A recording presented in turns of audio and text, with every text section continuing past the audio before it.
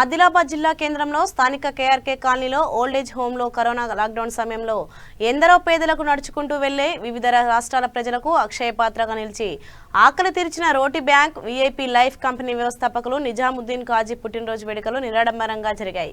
ఈ వృద్ధాశ్రమంలో ఉన్న వృద్ధులకు మహిళలకు మాస్కులు, శానిటైజర్, పండ్లు పంపిణీ చేశారు.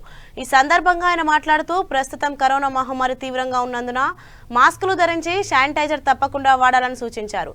భౌతిక దూరం పాటించాలని అన్నారు. ఈ కార్యక్రమంలో best friends help welfare society అధ్యక్షుడు అబ్దుల్ అజీజ్ మరియు సభ్యులు స్వర్ణలత, రమేష్ తదితరులు పాల్గొన్నారు.